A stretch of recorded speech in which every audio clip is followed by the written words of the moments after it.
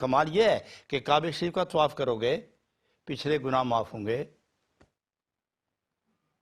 کعبے کا طواف کرو گے پچھلے گناہ معاف ہوں گے،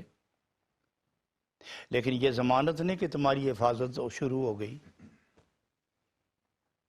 حاجی کہلاؤ گے، حاجی کہلانے کے بعد حاجی محفوظ نہیں، لیکن دل پاک ہونے کے بعد جب وہ کعبے کی حقیقت والا،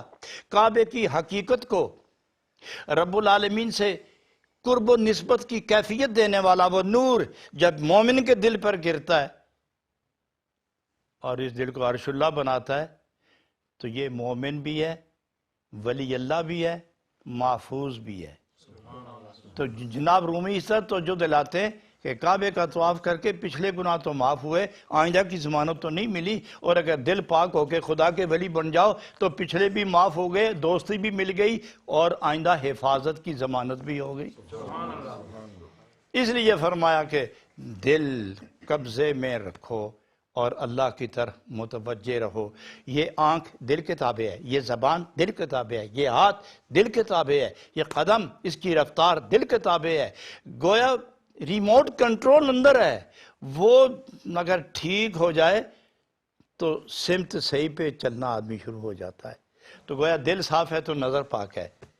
دل پاک ہے تو زبان پاک ہے، دل پاک ہے تو ہاتھ پاک ہے، دل پاک ہے تو رفتار پاک ہے، دل پاک ہے تو گفتار پاک ہے، دل پاک ہے تو روح پاک ہے، دل پاک ہے تو بدن پاک ہے، اور جب بدن اور روح دونوں پاک ہو گئے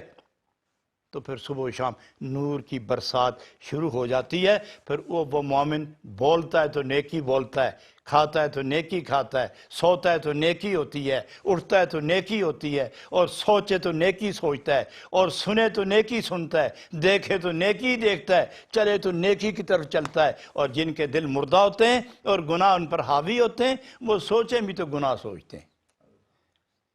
وہ دیکھیں بھی تو گناہ دیکھتے ہیں، اور وہ پکڑیں بھی تو گناہ کی طرف ہاتھ بڑھاتے ہیں، چلیں بھی تو گناہ کی منزل کی طرف چلتے ہیں۔ اس لیے جناب رومی رحمت اللہ علیہ فرماتے ہیں ارے دل ہی کو ٹھیک کر لو تاکہ سارا وجود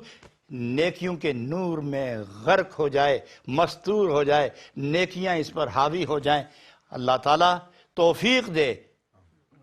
کہ ہر مومن اپنے دل کا حساب کر لے۔